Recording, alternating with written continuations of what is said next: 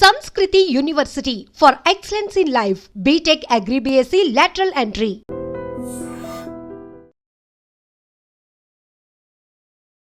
Welcome to I dream and welcome to mind and you. ఈరోజు మనతో పాటు family counsellor కల్పవల్లి గారు ఉన్నారు. మరి ఆవిడతో మాట్లాడదాం. నమస్తే అమ్మా. నమస్తే అపర్ణ. ఎలా ఉన్నారు? బాగున్నాము. సో మరి ముందు ఎపిసోడ్లో మనం పెళ్ళి అంటే భయం అన్న విషయంలో అమ్మాయిలు ఎందుకు భయపడుతున్నారు అండ్ అమ్మాయిలు అసలు ఎలా ఆలోచించాలి, కరెక్ట్ టైంలో పెళ్లి చేసుకోకపోతే ఎలా మనం ఫ్యూచర్లో ఇబ్బంది పడతాం అనే పర్స్పెక్టివ్స్ మీరు చెప్పారు. అబ్బాయిల విషయానికి వద్దాం. అసలు అబ్బాయిలు 30 లోపు పెళ్లి చేసుకుంటున్న వాళ్ళు చాలా తక్కువ. సెటిల్ అయ్యేసరికి 32, 33 మాత్రం నిజం. ఎందుకనంటే అబ్బాయిలు చాలా భయపడుతున్నారు, పెళ్ళంటేనే భయపడుతున్నారు. అబ్బాయిలు ఒకప్పుడు రోజుల్లో అబ్బాయికి ఏం భయం అనే వాళ్ళనే మన చెవులతోటి విన్నాం. అవును. కానీ ఈ రోజుల్లో పెళ్ళి అంటే వద్దు అంటున్నది అమ్మాయిలు కాదు, అబ్బాయిలు భయపడుతున్నారు. అంటే మీకు తెలిసినంత నాలెడ్జ్ ఏంటో నాకు తెలియదు, కానీ నేను చూసే ప్రపంచంలో, నేను చూస్తున్న కౌన్సిలింగ్స్లో, నేను చూస్తున్న విధానాల్లో అబ్బాయిలే వద్దంటున్నారు. దానికి చాలా రీజన్స్ ఉన్నాయి. మొట్టమొదటి రీజన్ ఏంటంటే వాళ్ళు వచ్చే వాళ్ళని ఎట్లా మేము చూసుకోవాలి, ఈ వ్యవస్థలో ఈ అమ్మాయిలు మాతో సవ్యంగా కాపురం చేస్తారా, మేము చెప్పినట్టుగా వాళ్ళు చెప్పినట్టుగా మేము విన్నా కూడా మా మాట వాళ్ళు వినగలుగుతారా, లేదా ఏదో ఒక దాని గురించి మాతోటి మమ్మల్ని రోడ్డుకి ఇడ్చే పరిస్థితులు వస్తున్నాయి. నన్నే కాదు, ఇంట్లో ఎక్కడో ముసలి తాత నాయనమ్మలు ఉంటే వాళ్ళని రోడ్డుకి ఇడ్చేస్తున్నారు. దాని తర్వాత ఎన్ని రకాల బాధలు పడాలో అన్నీ పడుతున్నాం. అంటే అన్ని కేసెస్ని జనరలైజ్ చేయకూడదు అపర్ణ. కొన్ని కేసెస్లో తప్పు జరిగి ఉండొచ్చు, కాదని అంటే, కానీ అందరూ అబ్బాయిలు తప్పు అంటే ఎలాగా? వాళ్ళని భయపెట్టేస్తున్నారు. దానికి తోడు కూడా చట్టాలు చెప్పినట్టుగా వాళ్ళని అనేసరికి వాళ్ళు ఏమిటంటే, అమ్మ ప్రతి వాళ్ళు ముందరే, మీకు తెలుసో తెలియదు, ఈ మధ్యకాలంలో నేను చూసినవి పెళ్ళి చూపులు అయిపోయిన తర్వాత పెళ్ళి అనుకోగానే ముందే కాగితాలు మీద సంతకాలు పెట్టించి రెడీగా పెట్టుకుంటున్నారు అమ్మలు. దేనికి? నాకు నచ్చకపోతే డివోర్స్. ఆ డివోర్స్ కూడా ఎలాగా, నాకు ఇంత డబ్బులు నువ్వు ఇస్తే, వాడికి ఎంత ఆస్తుంది చూసి అవన్నిట్లో నా క్యాలిక్యులేషన్ వేసుకొని వాడు ఎంత ఇస్తాడా ఇవ్వడా, పెళ్ళవ్వంగానే వాడు నచ్చలేదంటే ఎలాగమ్మా? వాడు ఎవరో నీకు కూడా తెలియాలి కదా, ఆ లోపల వాళ్ళు ఎవరు ఏంటి, ఎలా ఉండాలి. ఇప్పుడు మీరెట్లా ఉన్నారో అవతల వాళ్ళు కూడా అలా ఉన్నారా లేదా అనేది చూసుకోవాలి కదా. అక్కడే అయిపోయింది, వద్దు, నాకొద్దు, నచ్చలేదు. ఏంటి నచ్చలేదు? అలాగ భయపెట్టేస్తే వీళ్ళ భయాలు దేనికో చెప్పనా అమ్మ? అబ్బాయిలు ఎందుకు భయపడుతున్నారంటే వాళ్ళ ఉద్యోగాలు, ఏదైనా పొరపాటుగా ఏ పోలీస్ కేసు అయినా అయ్యిందనుకోండి, వాళ్ళ ఉద్యోగాలు ఆ తర్వాత అంటే ఇప్పుడు ఇంతకుముందు రోజుల్లో అబ్బాయి అమ్మాయిని కదా, అబ్బాయి ఉద్యోగం చేస్తే అమ్మాయి హాయిగా ఇంట్లో ఉండి బిడ్డల్ని చూసుకుంటూ కాపురాలు చేసుకుంటూ అలా ఉండేవాళ్ళు, కాబట్టి అబ్బాయి ఉద్యోగం మీద ఆధారపడేవాడు. ఇప్పుడు అబ్బాయి అమ్మాయి ఇద్దరు ఉద్యోగాలు చేసుకుంటున్నారు, హాయిగా కాపురాలు చేసుకోకుండా వాళ్ళ మీద టార్గెట్, నువ్వు ఎంత మెయింటెనెన్స్ ఇస్తావు, నీ ఆస్తిలో నాకు ఎంత భాగం ఇస్తావు, వచ్చి రాగానే ఆస్తులా. కానీ ఇలా చాలా తక్కువ మంది ఉంటారు కదా. తక్కువ మంది కాదు, మీరేంటంటున్నారు, దేనికి తక్కువ అంటున్నారు అంటే అమ్మాయిలు అలా అది అబ్బాయిలు భయపడుతున్న రీజన్స్ చెప్తున్నా. ఓకే నేను కేసుల గురించి మాట్లాడలే ఇక్కడ. రైట్. భయాలు ఎందుకు అంటే చెప్తున్నా, భయం అనేది ఎందుకు వస్తుంది. అవును, వాళ్ళు ఒకళ్ళని చూసి ఒకళ్ళు తెలుసుకుని ఆఫీసుల్లో కూడా బాధలు పడుతూ ఉంటారు. కాబట్టి ప్రతి చిన్న విషయానికి వీళ్ళని టార్గెట్ చేస్తున్నారన్న విషయాన్ని తెలుసుకుని ఎందుకు వచ్చిన గోల, హాయిగా ఉండొచ్చుగా, ఈ బాధ ఎందుకు? వాళ్ళేదో అమ్మా నాన్నలు చూసేస్తున్నారు, వాళ్ళు తెగ ఇదైపోతున్నారని నేనేం అంటల్లా వాళ్ళని. వాళ్ళ మీదేమి నాకేం పెద్ద ప్లస్ పాయింట్ అని ఏం కాదు, అబ్బాయిల మీద ఏం ప్లస్ పాయింట్ ఉంది, వాళ్ళు చాలా మంచివాళ్ళు, అందరూ శ్రీరామచంద్రులని నేను చెప్పటల్లా. కానీ వాళ్ళు ఎందుకు భయపడుతున్నారు అనే రీజనింగ్ ఇస్తున్నాను ఇక్కడ. వాళ్ళకి భయాలు మాత్రం కడుపు నిండా ఉన్నాయి. వాళ్ళు ఎందుకు భయపడుతున్నారంటే ప్రతి విషయంలో భయపడుతున్నారు. కారణాలు ఏంటంటే జీవితకాలం చూసుకోవాల్సిన అమ్మాయి కనుక మనతో సవ్యంగా లేకపోతే నా బతికేమవుతుందో, నాతో పాటు హాయిగా మా అమ్మ నాన్న ఉంటే అక్క చెల్లెళ్ళు ఎవరో ఒకళ్ళో ఇద్దరే ఉంటున్నారు, ఎవరు ఉండటం లేదు. ఇంట్లో ఉంటే 3 ఉంటున్నారండి, 3 లేదా 4 ఉంటారు ఇంట్లో. అందరం కలిసిమెలిసి ఉండే అమ్మాయి వస్తుందా లేదా?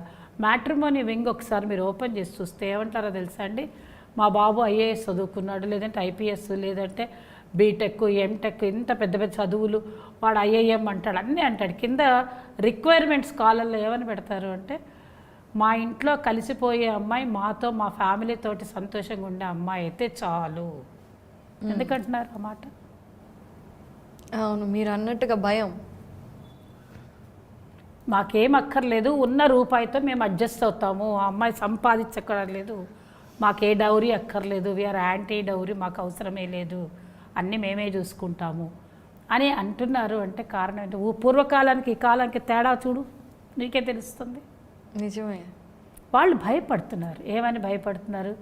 తల్లిదండ్రుల భయం అని ఇంకో టాపిక్లో చెప్తా. అబ్బాయే అనుకుంటున్నాడు, అమ్మ వద్దమ్మా, నాకెందుకు ఈ తలకాయ నొప్పి, నేను ఏదో బతికేస్తాలేమ్మా, నాకు నా ఇష్టం ఇట్టగే ఉంటాను, ఎవరో ఒకళ్ళని తెచ్చి ఆమె తెల్లారు లేచినప్పటి నుంచి డైవర్స్ అంటే నేనేం చేయగలుగుతాను. అలాంటి భయాలు కూడా అబ్బాయిలకు ఉన్నాయి. అమ్మాయిల్ని అన్నారుగా మీరు, అమ్మాయిలు ఒకటే కాదు వీళ్ళకు కూడా. అంటే వివాహ వ్యవస్థలో అనవసరమైనటువంటి విధానాలని వీళ్ళంతటికి వీళ్ళే తెచ్చుకుని ఇటు వీళ్ళు అనవసరంగా భయపడుతున్నారు. అంత భయపడాల్సిన అవసరం లేదమ్మా. కలిసి కాపురం చేసుకోండి, ఎందుకు మీకు భయం? కలిసి కాపురం చేసుకోవటం ఇంత ఈజీ అయితే చెప్పినట్టు అసలు డివోర్సులు ఎందుకు అవుతాయి? డివోర్సులు ఎందుకు అవుతాయి ఇంకో టాపిక్ చెప్తాను. డివోర్సులు ఎందుకు అవుతాయి అనకు నువ్వు. డివోర్సులకి కారణాలు 100 ఉన్నాయి, 100కి 1000 కూడా చెప్పొచ్చు నేను, అది పెద్ద సమస్య కాదు. కానీ ఇక్కడ జరుగుతున్నది భయాల ముందే భయం ఏర్పడుతుందంటే చాలా రకాల భయాలు. ప్రీ మ్యారిటల్ కౌన్సిలింగ్ అన్న మాట ఇందులో నుంచే వస్తున్నది. భయాలు ఏర్పడుతున్నాయి కాబట్టి అవసరం అంటున్నాను నేను. ఇంకా ఇవే కాదు, చాలా రకాల భయాలు ఉన్నాయి. ఇవి నేను చెప్పచ్చు, కొన్ని చెప్పే ఉంటాయి, కొన్ని చెప్పకూడనివి కూడా ఉంటాయి. చెప్పకూడనివి అంటే కొన్ని చెప్పండి. కాదురా, భయాలు అంటే అబ్బాయిలకి భయం ఉంది, అమ్మాయిలకి భయం ఉంది. అలాంటి భయాలని కొన్ని ఓన్లీ వైఫ్కి కానీ ఓన్లీ హస్బెండ్కి కానీ చెప్పుకునేవి మాత్రమే ఉంటుంది జీవితంలో. ఇంకా అమ్మా నాన్నకు కూడా చెప్పుకోలేరు. అలాంటి విషయాలని ఎవరికి చెప్పగలుగుతారు? ఎవరికి చెప్పలేరు కదా. ఎవరికి చెప్పలేనప్పుడు ఆ అమ్మాయి అడ్జస్ట్ అవుతుందా? ఇప్పుడు మీరు అడ్జస్ట్మెంట్ అంటే మళ్ళీ మీరు నెగటివ్లోకి పోతారు. అక్కడికి వచ్చిన తర్వాత ఇద్దరు కలిసి ఉన్నప్పుడు ఈమెలో కొన్ని లోపాలు ఉంటాయి, ఈయనలో కొన్ని లోపాలు ఉంటాయి. లోపాలు 2 ఉన్నప్పుడు ఆ లోపాలని ఇద్దరు సమంగా చూసుకోగలిగితే అడ్జస్ట్ అయిపోతారు. వీళ్ళకి కొన్ని భయాలతోటి లోపం ఏర్పడుతుంది. ఆ లోపాలు ఏర్పడినప్పుడు దాన్నే వీళ్ళు క్యాష్ చేసుకుంటున్నారు. అక్కడ సమస్య ఏర్పడుతోంది. దానికి ప్రీ మ్యారిటల్ కౌన్సిలింగ్ అవసరం. అర్థమైందా నీకు నేను చెప్పింది? అక్కడ నీకు ప్రీ మ్యారిటల్ కౌన్సిలింగ్ చాలా అవసరం.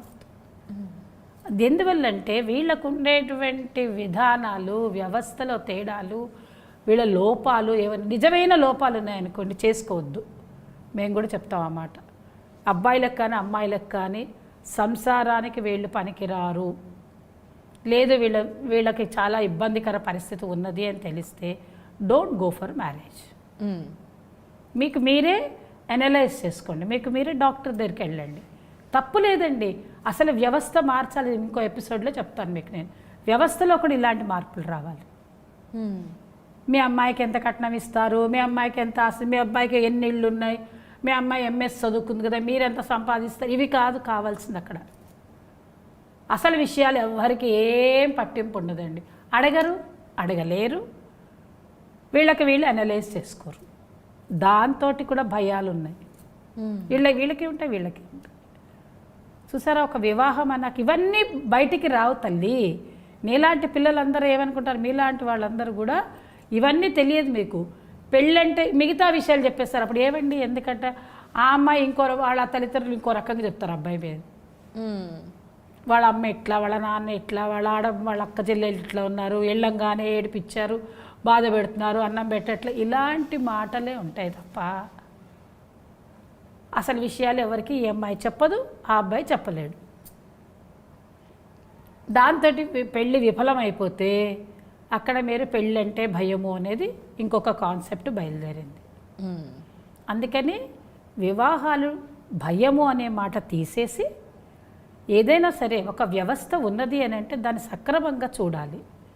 మనం చదువు అయిపోగానే ఉద్యోగానికి ఎట్లయితే వెళ్తామో మన వయసుకు అనుగుణంగా మనకు ఒక స్థాయికి వచ్చాము అంటే ఆ స్థాయి ప్రకారంగా మీరు చేసుకోవాల్సింది పుట్టడం ఒక వంతు అయితే పెళ్లి చేసుకోవడం జీవితంలో రెండవ భాగం.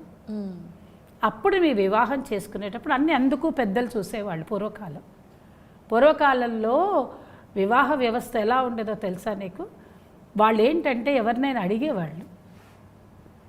అమ్మాయిలు అబ్బాయిల గురించి ఎప్పుడు పెళ్లి చూపులు అయ్యేవి కాదు. మీరు ఆ మాట అంటే అట్లెట్లా కుదురుతుంది అని మళ్ళీ తారామండలానికి లేస్తారు తెలుసా? కానీ అలా కాదు కదా. వాళ్ళు అడిగేవాళ్ళు అమ్మాయి ఎలా ఉంటుంది, అబ్బాయి ఎలా ఉంటాడు, అబ్బాయి ఏమిటి విధానం, వాళ్ళ నాయనమ్మలు. అప్పుడు పూర్వకాలం ఉమ్మడి కుటుంబాలు, బాబాయిల్ని, మేనత్తల్ని, బాబాయ్ కొడుకులని, వాడు ఏమిటి వాడి విధానం, వాడిని అడిగారా, ఎట్లా ఉంటాడు, వాడికి ఇష్టమేనా, వాడికి ఎలా ఉంటుందో ఒకసారి ఏదైనా చెప్పేది ఉంటే చెప్పండి, పెద్దవాళ్ళు చెప్పండి. అలా అన్ని విషయాలు ఒక్కొక్కటి వాళ్ళు మాట్లాడుకునేవాళ్ళు. తాతలు వాళ్ళు సరదాగానే మాట్లాడుతూ విషయాలు తెలుసుకునేవాళ్ళు. అలాగే అమ్మాయి విషయాలు తెలుసుకునేవాళ్ళు. అలాగా వాళ్ళకి కాపరాలు ఎలా చేయాలనేవి చెప్పడం కానీ, పెళ్ళి అంటే ఏమిటని చెప్పడం, ఒక అవగాహన ఏర్పరిచి పెళ్ళిళ్ళు చేసేవాళ్ళు. ఇప్పుడు అన్నీ పోయాయమ్మా. అసలు ఉమ్మడి కుటుంబ వ్యవస్థే లేదు. ఎవరు మాట్లాడుకోవట్లేదు. పిల్లలకి ఏంటంటే అన్ని సినిమాలు చూసి, మీడియా చూసి, వాటిని చూసి, ఫ్రెండ్స్ని చూసి, పుస్తకాలు చదివి వాళ్ళు ఏదో భయపడిపోతున్నారు. అస్సలు పెళ్ళి అంటే భయపడకూడదు. జీవితంలో అత్యంత అవసరమైనది పెళ్ళి. సంపాదిస్తేనే పెళ్లి చేసుకోవాలి అనేది ఒక పిచ్చి కాన్సెప్ట్లో మనం కొట్టుకు వస్తున్నాం. పూర్వకాలంలో సంపాదిస్తేనే పెళ్లి చేసుకున్నారని మీకు ఏమన్నా తెలుసా? అప్పుడు నీ వయసుకు తెలియదు. ఖర్చులు ఇలా లేవు కదా. మళ్ళీ అది ఇంకో కాన్సెప్ట్ అమ్మా. అది నీకు అదొక ఎపిసోడ్. అది ఖర్చు అన్నీ కలపద్దు, అన్నీ కలపకండి. ఒక్క విషయం చెప్పరా అమ్మలు, ఏమనుకోకపోతే ఒక మాట చెప్తా. ఖర్చు అంటున్నావు, రోడ్డు మీద ఉండేవాళ్ళని చూడండి. మనం ఉండలేం కదా. నేను అంటలేదు ఉంటావా ఉండవా, నేను అంటలేదు. తండాలకు వెళ్ళి చూడండి. అక్కడే ఒక వివాహ వ్యవస్థ గురించి మాట్లాడుతున్నాను. గొప్పవాళ్ళు బీదవాళ్ళు అదే మాట మాట్లాడట్లేదు. భార్య భర్త, అబ్బాయి అమ్మాయి, మేల్ అండ్ ఫీమేల్ కలిసి ఉండే వ్యవస్థ వివాహ వ్యవస్థ. ఆ ఒక్కదాని గురించి నేను మాట్లాడుతున్నాను. గొప్ప గురించి బీద గురించి మాట్లాడటం లేదు. అబ్బాయిలు భయపడుతున్నారు, అమ్మాయిలు భయపడుతున్నారు అన్న విషయమే మాట్లాడుతున్నారు. అలాంటప్పుడు మీరు వేరే దానికి సంపాదించుకోవడానికి మనిషి శరీర బంధాలు ఒకళ్ళనొకళ్ళకి చక్కగా షేర్ చేసుకోవడానికి డబ్బులున్నవాడు అదే రకంగా ఉంటాడు, డబ్బు లేనివాడు అలాగే ఉంటారు.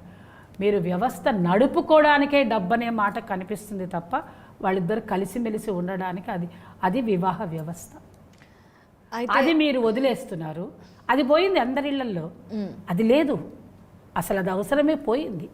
వాళ్ళు ఎంత దరిద్రంగా తయారవుతున్నారంటే నా దగ్గరికి వచ్చే కౌన్సిలింగ్కి అయితే ఒక్కొక్కసారి చాలా బాధగా ఉంటుంది. ఆ పర్సనల్ మ్యాటర్స్ అన్నీ వింటూ ఉంటే 100కి 99 మంది ఇలాగే ఉన్నారని అనిపిస్తుంది నాకు. అందుకు పోట్లాటలు వస్తున్నాయి. పూర్వకాలం పోట్లాట రాకపోవడానికి 95 ఏళ్ళు 100 ఏళ్ళు ఎందుకు బతుకుతున్నారు అంటే అందుకే బతుకుతున్నారు. మన వ్యవస్థనంతా మనమే చెడిపేసుకుని, మనమే పాడు చేసుకుని, దానివల్ల ఇలా అవుతుంది. మీరు దేశ విదేశాల్లో చూడండి, 90 ఏళ్ళు 80 ఏళ్ళు ఎంత యంగ్గా ఉంటారు, అప్పుడు కూడా వాళ్ళు కారు డ్రైవ్ చేసుకుంటూ వెళ్తున్నారు. మరి మనం ఎందుకున్నాం? మనకి అక్కర్లేని విషయాలన్నీ తీసుకొచ్చుకుని దాన్ని ఇందులో దూర్చుకుని మనమే ముందరగా అర్లీగా ముసలి వాళ్ళం అయిపోతున్నాం. వృద్ధమాత పతివ్రత అని చెప్పి ఆ ముసలి వాళ్ళని చేసి పతివ్రతగా ఉన్నామని కూర్చుంటున్నారు. అందుకని భయాలు ఏర్పడుతున్నాయి. దయచేసి యూత్ భయం వదలండి. పెళ్ళి అనే మాటకి భయపడకండి. పూర్వకాల వ్యవస్థని మీరు నిలబెట్టుకోండి. సంతోషంగా పెళ్ళిళ్ళు చేసుకోండి. మీకు తగ్గట్టే ఉన్నాయి కదా. ఈ రోజుల్లో ఎవరమ్మా ఉద్యోగాలు లేని వాళ్ళు నువ్వు చెప్పు. అసలు చక్కగా ఉద్యోగాలు ఉన్నాయి అందరికీ. మీకు వచ్చిన 20,000తో కాపురం చేయండి, 30,000 వస్తే 30,000తో కాపురం చేయండి, 10,000 వస్తే 10,000తో కాపురం చేయండి. అంతే తప్ప మనకు అన్ని రకాలు దొరుకుతున్నాయి. ప్రతివాడు బయట నుంచి ఆర్డర్ చేసుకుని భోజనం తినడు. అలా అని ప్రతివాడు రోజు 10 కూరలు చేసుకొని తినడు. ఒక కూరతో కూడా కడుపు నింపుకోవచ్చు, 10 కూరలతో కూడా కడుపు నింపుకోవచ్చు. ఇక్కడ అంటే ఇప్పుడు అసలు చాలా పెద్ద టాపిక్ రైజ్ అవుతుంది. మీరే అన్నారు వివాహ బంధానికి డబ్బుకి ముడి పెట్టకండి అని. కానీ అసలు మొదటి ప్రశ్న పెళ్లి సంబంధాలకి వచ్చినప్పుడు ఆ అబ్బాయికి అబ్బాయిని ఎంత సంపాదిస్తున్నాడు, అమ్మాయి జాబ్ చేస్తుంటే ప్యాకేజ్ ఎంత. సో దీని గురించి మనం నెక్స్ట్ ఎపిసోడ్లో మాట్లాడుకుందాము. మొత్తానికి అబ్బాయిల పర్స్పెక్టివ్లో ఎందుకు వాళ్ళు అలా భయపడుతున్నారు, వాటి కారణాలు ఏంటి అని నేను చెప్పేది ఒకటే, ఎండ్ చేసేటప్పుడు చెప్తున్నా, అబ్బాయిలు అమ్మాయిలు భయపడకండి. మళ్ళీ మళ్ళీ చెప్తున్నాను, వివాహ వ్యవస్థని నిలబెట్టుకోండి. చక్కగా వివాహాలు మీకు తగ్గట్టుగా మీరు చేసుకోండి, సంతోషంగా కాపురం చేసుకోండి. ఒకళ్ళకొకళ్ళు అవగాహనతోటి అనుగుణంగా ఆనందంగా కాపురం చేయండి. అప్పుడు మీరు ఎందుకు బాగుండరో నాలాంటి వాళ్ళ దగ్గరికి వచ్చి మీరు అడగచ్చు. నా ఫోన్ నెంబర్ తప్పకుండా ఉంటుంది కింద. సరేనా? థ్యాంక్ యూ సో మచ్ కల్పవల్లి గారు.